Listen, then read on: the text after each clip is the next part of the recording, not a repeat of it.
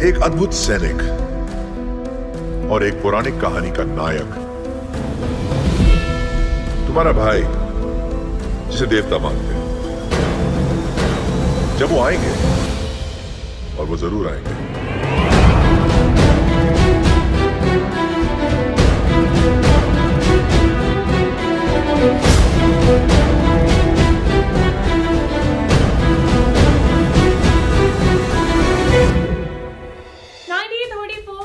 Reserve bank act बना उस समय ब्रिटिश सरकार पहले से ही 1 रुपए का नोट छाप रही थी। अगर रिजर्व बैंक को भी इसे छापने का अख्तियार दे दिया जाता तो 2 किस्म के नोट बाजार में आ जाते। इस विसंगति से बचने के लिए 1 रुपए के नोट की छपाई सरकार के पास ही रहने दी गई। तो क्या इससे विसंगति दूर हो गई? दरअसल इस कदम ने विसंगति को स्थायी बना दिया। इसी विसंगति ने गुजरात और महाराष्ट्र के सीमावर्ती इलाकों में एक नए संप्रदाय को जन्म दिया है। यहाँ से हम इस रिपोर्ट के उस हिस्से में घुस रहे हैं दोस्तों, जहाँ आपका सबका कई कॉन्स्पिरेसी थ्योरी से लैस एक दार्शनिक और राजनीतिक गुत्थी से पाला पड़ने वाला है। थोड़ी देर के लिए दिमाग को यहाँ जमा लीजिए। स्वतंत्रता आंदोलन के समय 1930 में महात्मा गांधी व इरविन के बीच हुए गोलमेज समझौते में आदिवासियों के लिए अखिल आदिवासी एक्सक्लूडेड पार्शियल एरिया का उल्लेख किया गया था।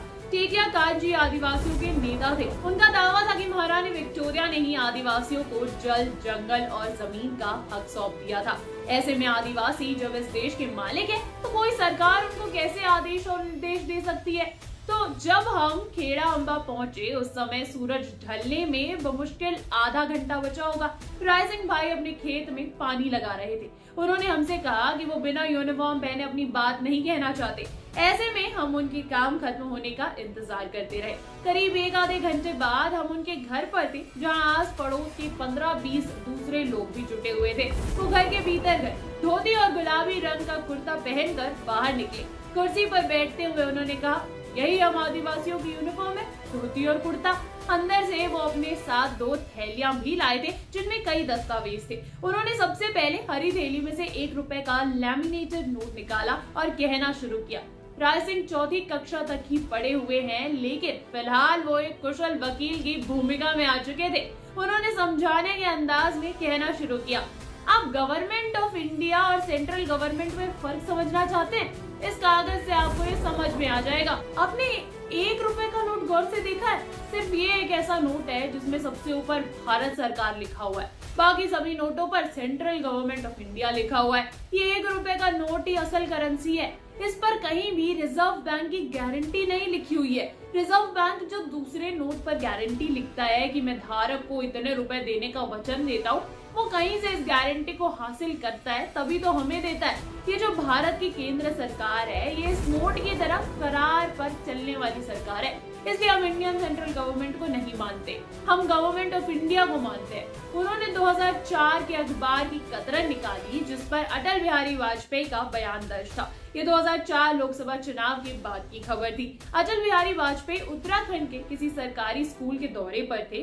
उन्होंने स्कूल को 100 रुपए का अनुदान देते हुए कहा था कि उनके पास ज्यादा पैसे नहीं हैं और हाल ही में उनकी नौकरी छूट गई है।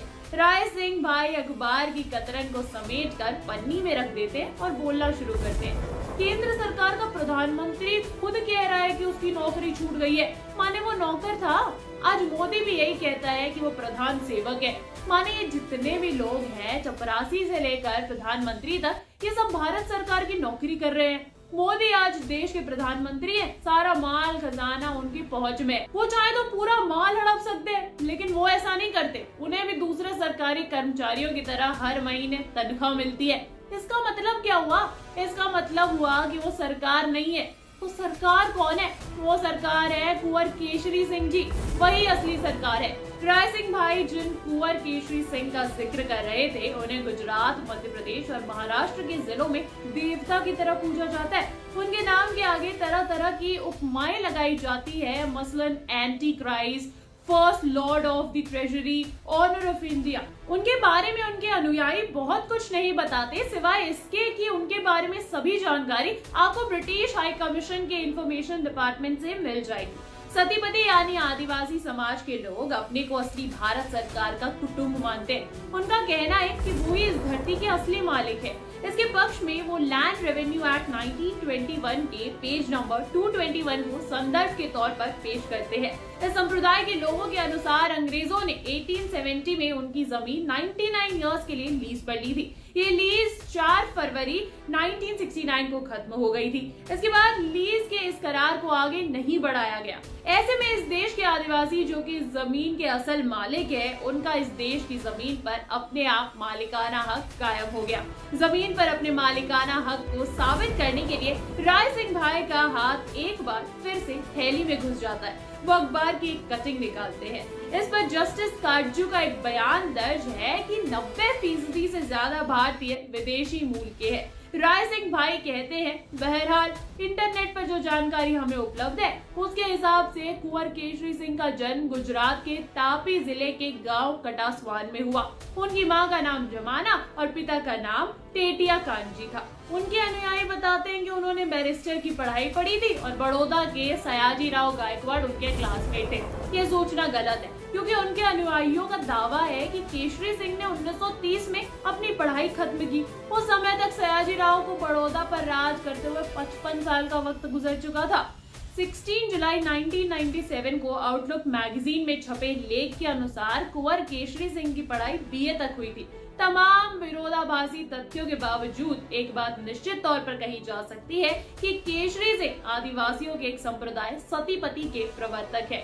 उनके अनुयायी उन्हें भारत की असली सरकार, भारत के खजाने का मालिक मानते हैं। सतीपति संप्रदाय के लोग किसी भी हिंदू देवी देवता को नहीं मानते। ये लोग अभिवादन के लिए स्वकर्ता पितरों की जय का इस्तेमाल करते हैं। पहचान के लिए किसी भी किस्म का सरकारी दस्तावेज इन लोगों के पास नहीं है। ये लोग ना तो वोट डालते हैं और ना ही किसी किस्म की सरकारी योजना का हिस्सा बनते हैं। ये लोग खुद को भारत के किसी भी कानून का हिस्सा तक नहीं मानते।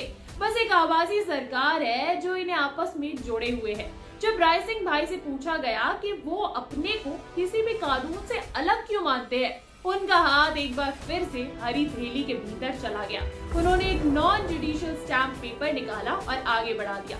उनकी जिद थी कि इसके हर एक हर्फ को पढ़ा जाए। पूरा पढ़े जाने के बाद उन्होंने इसे अपने हाथ में ले लिया और रोशनी के सामने इस अंदाज में फैलाया जैसे कि कोई बहुत बड़ा रहस्य उजागर करने जा रहे हो।